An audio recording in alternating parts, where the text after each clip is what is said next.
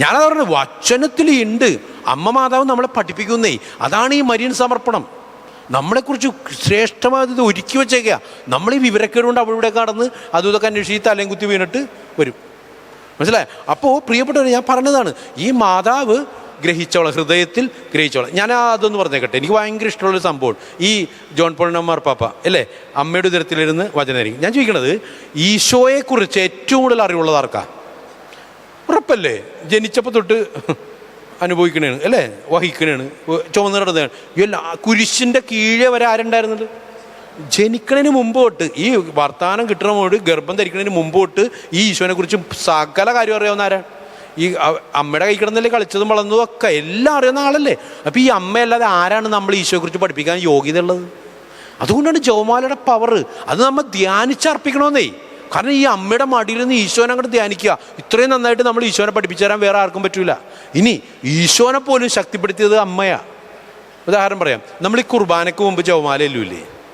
അതെനിക്ക് ഭയങ്കര അനുഭവം. ഞാൻ എല്ലാ പള്ളിയിലും കുർബാനയ്ക്ക് മുമ്പ് ദിവ്യാനുള്ളിൽ ചോദിച്ച് ജപമാലയുണ്ട്. ഇന്നും അവിടെയും ഉണ്ട്, വള്ളുള്ളിലും തുടങ്ങി. കാരണം നമ്മൾ കുർബാന അർപ്പിക്കുമ്പോൾ കുർബാനയ്ക്ക് നമ്മൾ ഒരുക്കുന്നതാരാ? അമ്മ മാതാവാ. കാരണം ഈശോനെ കുർബാനയ്ക്ക് ഒരുക്കിയതാരാ? അമ്മയാ. തമാശക്കുറനല്ല കേട്ടോ. ഈശോയാണ്ട രക്ഷകൻ, ഒരു സംശയമില്ല. അമ്മക്ക് ഒരു സ്ഥാനവും വേണ്ട അവിടെ. അമ്മ ആഗ്രഹിക്കണണ്ട സ്ഥാനം ഇല്ല കേട്ടാ. അപ്പോൾ അതാണ്. അപ്പോൾ ഈശോയാണല്ലോ കംപ്ലീറ്റ്. ഞാൻ ചോദിച്ചുതരാം, അമ്മ മാതാവാണ് ഈശോനെയും കുർബാനയ്ക്ക് ഒരുക്കിയത്. ഒരു സ്ഥലം പറഞ്ഞുതരാം. നിങ്ങൾ ഈ പാഷൻ ഓഫ് ക്രൈസ്റ്റ് സിനിമ കണ്ടിട്ടില്ലേ? ആ സിനിമയിൽ എനിക്ക് ഭയങ്കര സ്പർശം. കുറേ സീനുകൾ നമ്മൾ കരഞ്ഞു പോയിട്ടുണ്ട്. ഒരു സീൻ എന്നെ ഭയങ്കരമായിട്ട് സ്പർശിച്ച സീൻ എന്താണെന്നറിയോ?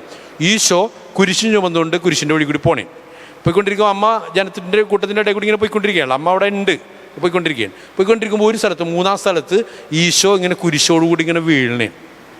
ഓർക്കണ്ട, വീഴാൻ നേരത്ത് വീണില്ല, താഴേക്ക് വീണില്ല, വീഴണ ഇങ്ങനെ നിലത്ത് വീഴാൻ പോണു. കുരിശോടുകൂടി ഇങ്ങനെ വീഴാൻ പോണ നേരത്ത് അവർ കാണിക്കുന്ന സീൻ, ഈശോ ഇങ്ങനെ ജനക്കോട് ഇങ്ങനെ നോക്കണ നേരത്ത് ആരെ കാണിക്കും?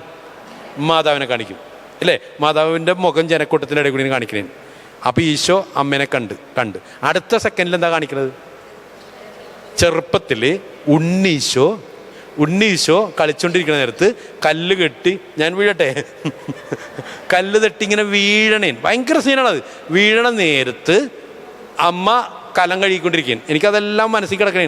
കലം കഴുകിക്കൊണ്ടിരിക്കുകയാണ്. അപ്പം അമ്മ വിചാരിച്ച് അവൻ കുരുത്തം അവൻ വീണിട്ട് വരട്ടെ എന്ന് പറഞ്ഞാൽ അവിടെ ഇരുന്നാ എന്ത് ചെയ്ത് ഈ കൊലമൊക്കെ ഇട്ടിട്ട് അമ്മ ഒരു ഓട്ടമുണ്ട്.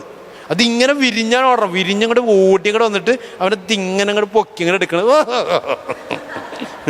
ഇതിങ്ങനെ പൊക്കി അങ്ങനെ എടുക്കില്ലേ? ഇനിയാണ് ട്വിസ്റ്റ്. ഈ കൊച്ചിനെ ഇങ്ങനെ പൊക്കി അങ്ങനെ എടുക്കണേണ്ടമ്മ. എടുക്കണ സെക്കൻഡിൽ, അടുത്ത സെക്കൻഡിൽ കാണിക്കണ സീനതാ. ഈ കുരിശുമായി ഇങ്ങനെ വീഴണ ഈശോ ഉണ്ടല്ല. ഞാൻ ചോദിക്കട്ടെ, വീഴണ എന്തുകൊണ്ടാ?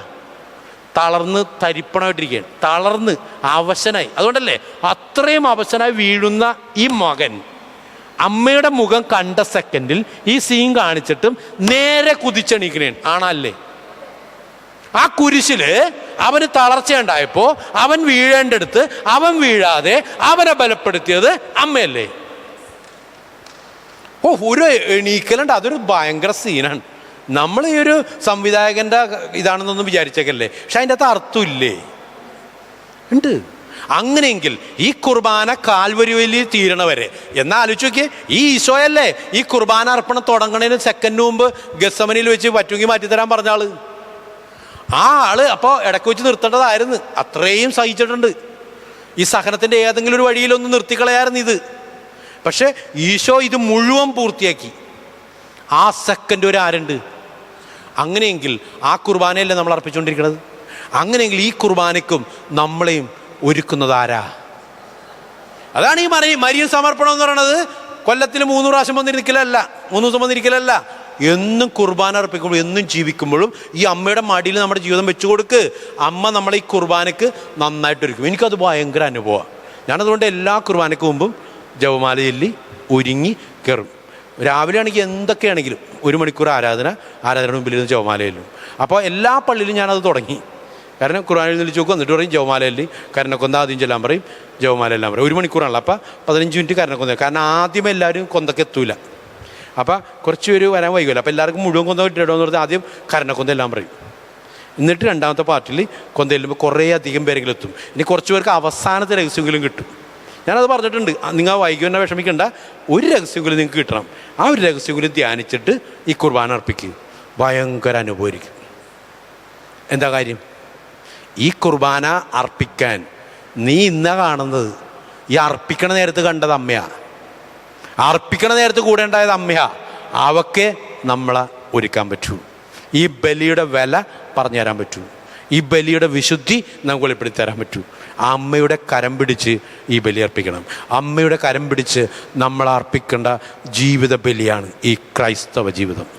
അതിന് നമ്മളെ ശക്തിപ്പെടുന്ന ആരാ? മാതാവ്. അപ്പോൾ മരിയൻ സമർപ്പണം എന്ന് പറഞ്ഞാൽ അമ്മയിലേക്ക് ജീവിതം സമർപ്പിക്കുക എന്ന് പറഞ്ഞാൽ യഥാർത്ഥത്തിൽ നമ്മുടെ ശ്രേഷ്ഠമായ ജീവിതത്തിൻ്റെ വെളിപ്പെടുത്തലാണ്.